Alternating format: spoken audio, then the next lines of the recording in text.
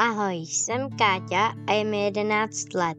Před nějakou dobou jsem měla takové setkání, kde jsme řešili, co by se dalo udělat, aby mi bylo líp doma i ve škole. Každý to někdy může mít těžké. Takový setkání je fajn, když se třeba cítíš osaměle. Jakože nejsi šťastný ve své rodině nebo ve škole. Čeká tě třeba nějaká změna a potřebuješ vědět, co bude dál. Nejdřív jsem se sešla s průvodkyní, která mi pak na setkání pomáhala. Povídali jsme si o tom, co mě baví a co se mi daří, ale taky o tom, co se v mém životě nedaří a co bych chtěla jinak.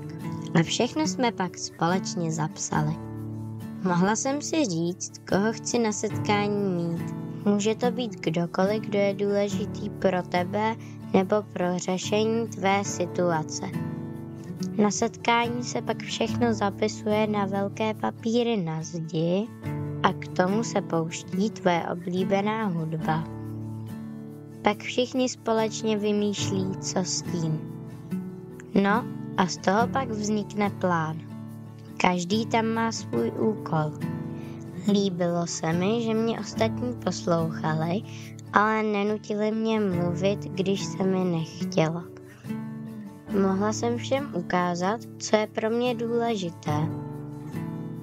Na setkání byla dobrá nálada a bylo tam i jídlo a pití, co jsem chtěla.